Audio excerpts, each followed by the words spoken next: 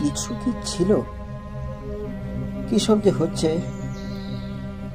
আজ শিকারটা তেমন একটা জমছে না, কেমন জানি সব এলোমেলো হয়ে যাচ্ছে। তবে কি আর একটু গভীরে যাব? না না, হয়তো বা ফেরাটাই ভালো।